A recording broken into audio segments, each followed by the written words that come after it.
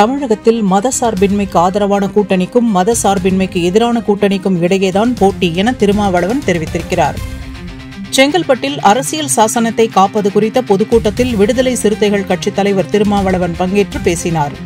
அப்போது அவர், இந்தியாவில் 2 அணிகள்தான் இருப்பதாகவும், ஒன்று மதசார்பின்மையை ஆதரிக்கும் அணி, மற்றொன்று மதசார்பின்மைக்கு எதிரான அணி என்று கூறினார்.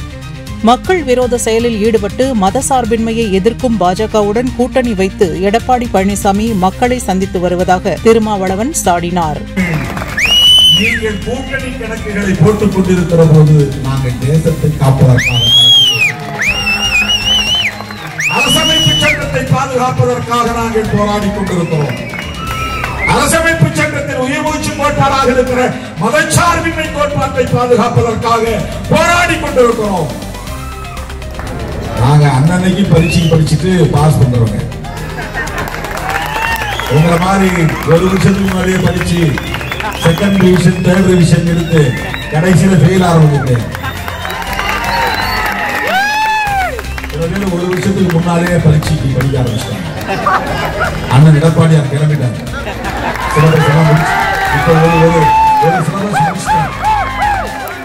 அடுத்த ரவுண்ட் போயிட்டு அடுத்த டிவிஷன் வருவாரு. நாங்க எலெக்ஷன் அறிவிச்ச பிறகு எலெக்ஷனே செய்வோம். அது எங்களுக்கு செய்ய தெரியாத வேலை ஒன்றும் கிடையாது. எங்களுக்கு அது இல்லை பிரைமரி, அது எங்களுக்கு செகண்டரி தான். தேர்தல் அரசியல்ல தேர்தலை சந்திச்சாகும், நாடாளுமன்ற ஜனநாயகத்துல தேர்தலை சந்திச்சாகும். ஆனா யாரோட நின்று நாங்கள் சந்திக்கிறோம்? மதச்சார்பின்மை கருத்தை ஆதரிக்கிற கட்சி திமுக, மதச்சார்பின்மை கருத்தை ஆதரிக்கிற கட்சி காங்கிரஸ், மதச்சார்பின்மை கோட்பாட்டை ஆதரிக்கிற கட்சிகள் இடதுசாரி கட்சிகள், மதச்சார்பின்மை கோட்பாட்டை பாதுகாக்க வேண்டும் என்கிற அணி ஒருபுறம், மதச்சார்பின்மையை சிதைப்போம் என்கிற அணி ஒருபுறம். இந்தியாவில் 2 அரசியல் பிரிவுகளா, ஒன்று செக்யூலர் போர்சஸ், இன்னொன்று நான் செக்யூலர் அல்லது ஆன்டி செக்யூலர் போர்சஸ். எடப்பாடியார் 2 முழக்கம் சேர்த்து வைக்கிறார். தமிழ்நாட்டை காப்போம், மக்களை, தமிழ்நாட்டை மீட்போம், மக்களை காப்போம். யாரிடமிருந்து தமிழ்நாட்டை மீட்கப் போகிறார்? என்ன நெருக்கடிகளில் இருந்து மக்களை காப்பாற்றப் போகிறார்?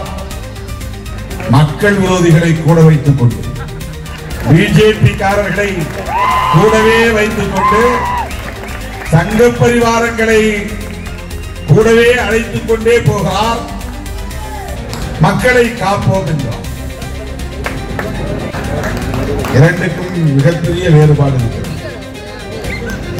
எடப்பாடி அவர்கள் முன்வைக்கக்கூடிய முழக்கம் திமுகவுக்கு எதிரானது.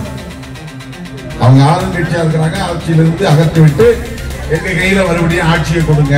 இதுதான் அந்த முழக்கத்தின் உண்மையான பொருள்.